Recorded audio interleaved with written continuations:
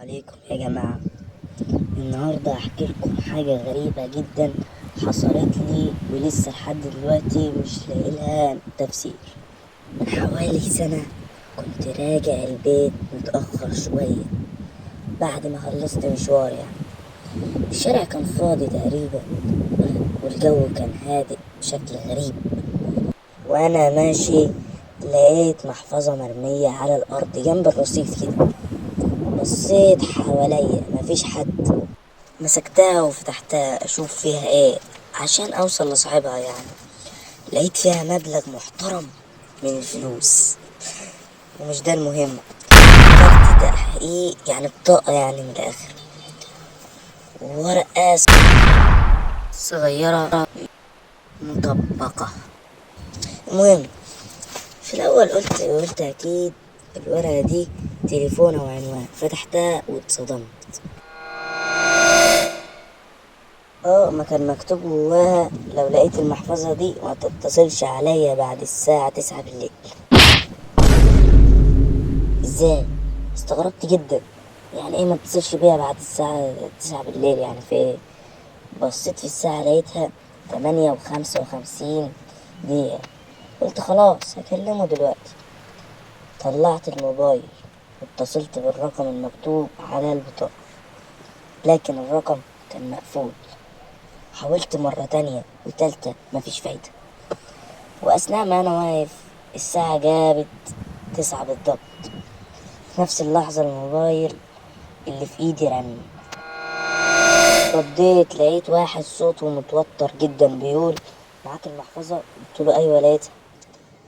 سكت ثانيتين وقال: اوعى تفتحها تاني. أنا اتوترت وقلت له ليه، لكن الخط اتقفل. فضلت واقف مكاني مش فاهم حاجة. رجعت البيت وأنا بفكر في الموضوع.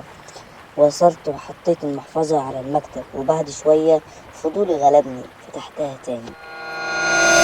لقيت حاجة غريبة جدا. الورقة اللي كنت قريتها قبل كده اختفت، ومكانها ورقة تانية مكتوب فيها: أنا قلتلك ما تفتحهاش.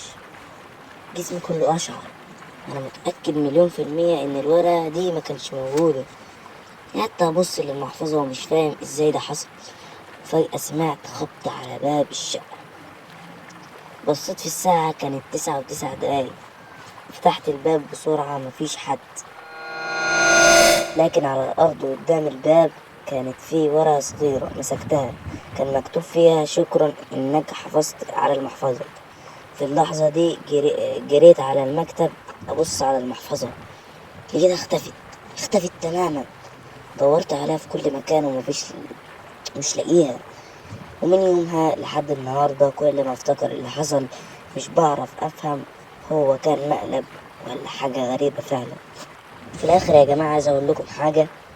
لازم أوضح لكم إن القصة دي مش قصتي أنا، دي قصة واحد من متابعين القناة بعتها لي وطلب مني أحكيها من غير ما أقول له اسمه. ولو عندك قصة غريبة أو موقف حقيقي أو حتى حاجة محيراك حصلت لك ابعتها لي كاملة في التعليقات أو على الرسائل عادي، عشان لو مش عايز حد يشوفها.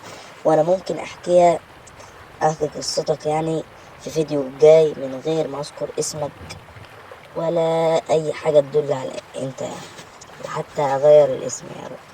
وسلام. وفي فيديو تاني اتعمل، لو مشفتوش روحوا شوفوه. فيديو كان بيتكلم عن الشاب أحمد.